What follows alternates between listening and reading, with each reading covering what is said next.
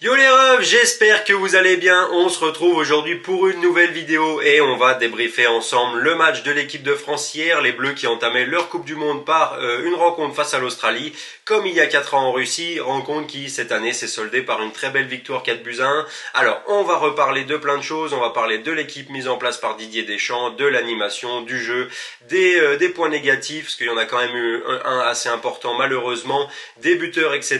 Donc voilà, on va essayer de tout couvrir.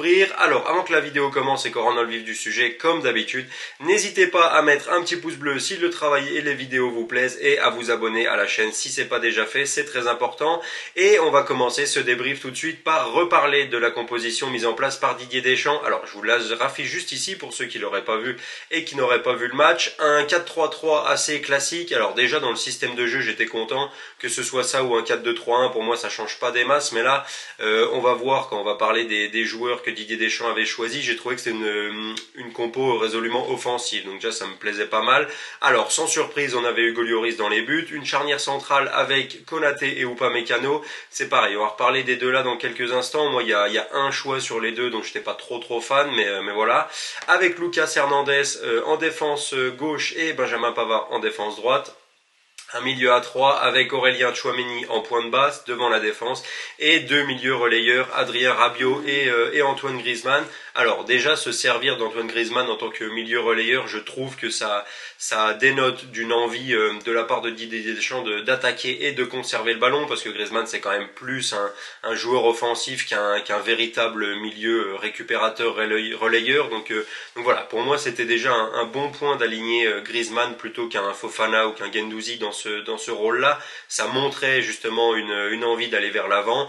Et pour l'animation offensive, eh ben classique, Olivier Giroud en pointe et Kylian Mbappé et Ousmane Dembélé sur les ailes. Donc voilà, c'était la composition qui était pressentie depuis à peu près 24 heures, hein, depuis un jour avant le match. On savait déjà que ça allait être, à quelques joueurs près, que ça allait être ce système et cette équipe-là qui commencerait.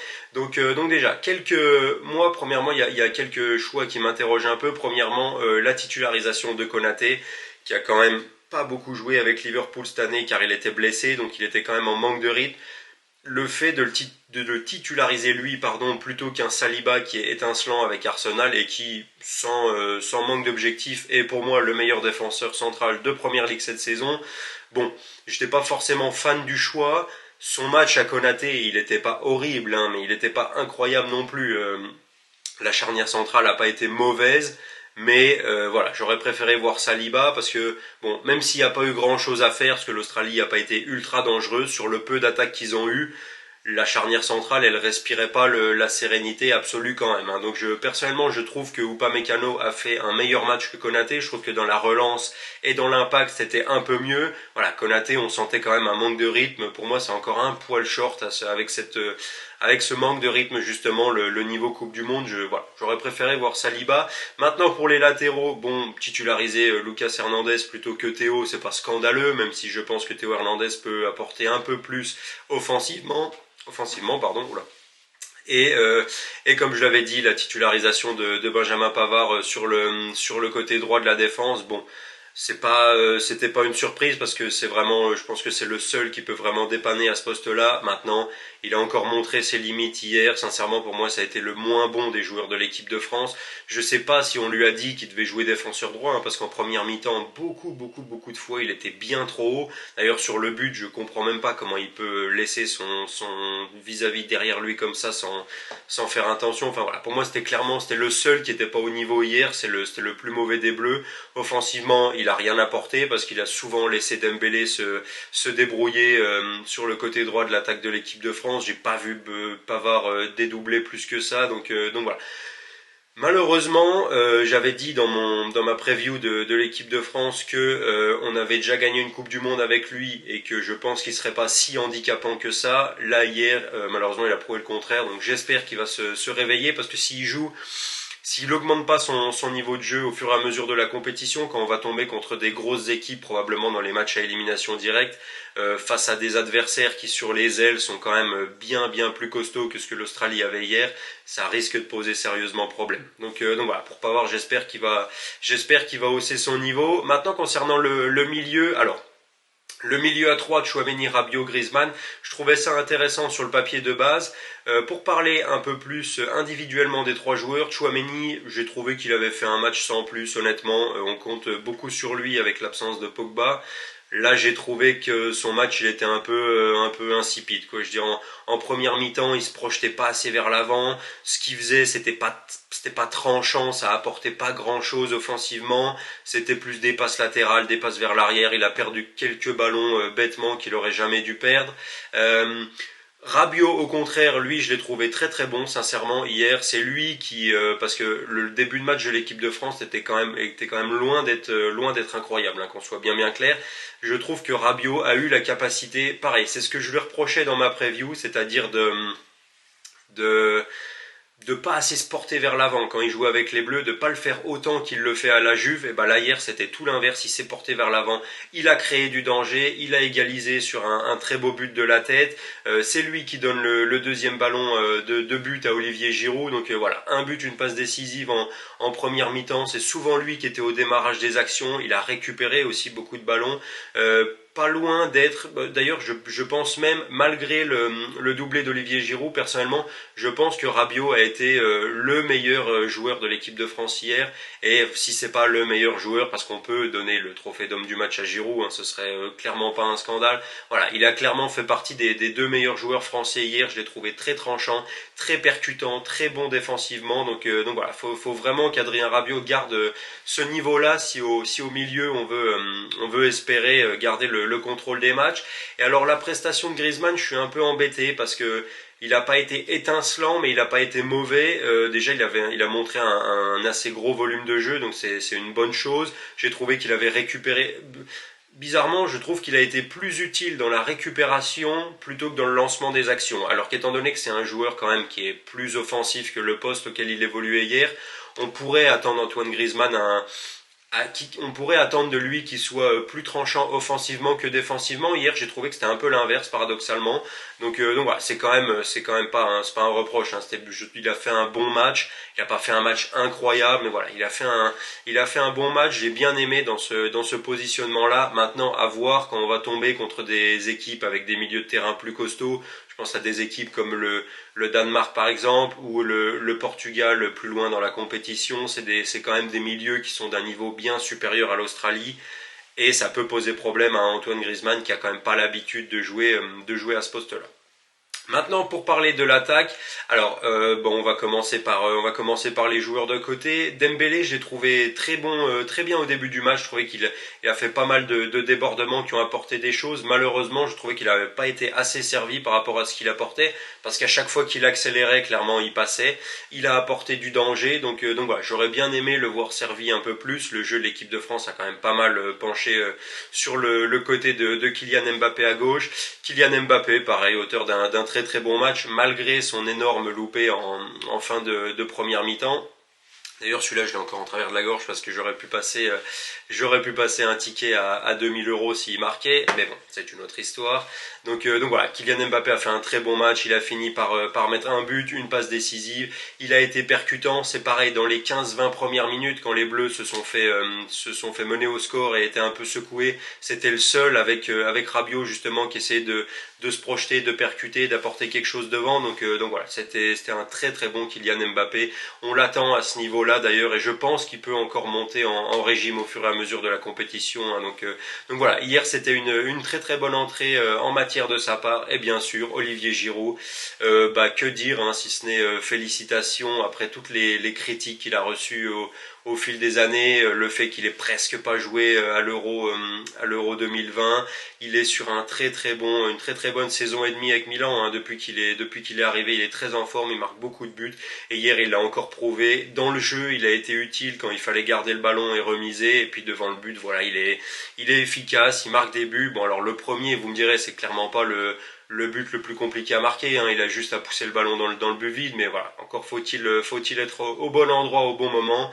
et le deuxième but, voilà, une très belle tête, il a failli nous gratifier d'un magnifique ciseau retourné aussi, c'est important. de le souligner. Donc voilà, un très très bon Olivier Giroud hier soir. Voilà pour le débrief un peu plus individualisé des Bleus hier. Maintenant, pour parler collectivement, j'ai trouvé que l'entame de match était pas dingue. On a été quand même pas mal secoué après l'ouverture du score. L'ouverture du score de l'Australie, c'était pas le meilleur visage de l'équipe de France. On aurait pu montrer mieux. Il a fallu quand même attendre un bon, allez, je dirais 25-30 minutes pour vraiment voir l'équipe de France prendre les choses en main, essayer d'apporter du danger, apporter du soutien, comme j'ai dit. Sur les côtés, je trouvais que ça manquait un peu de... Voilà, il y avait Dembélé et Mbappé qui essayaient de faire les différences, mais les latéraux apportaient pas assez pour moi en première mi-temps. Pavard, j'ai vu aucun dédoublement. Malheureusement, on va en parler maintenant, mais Lucas Hernandez qui est sorti assez tôt dans le match parce qu'il s'est blessé.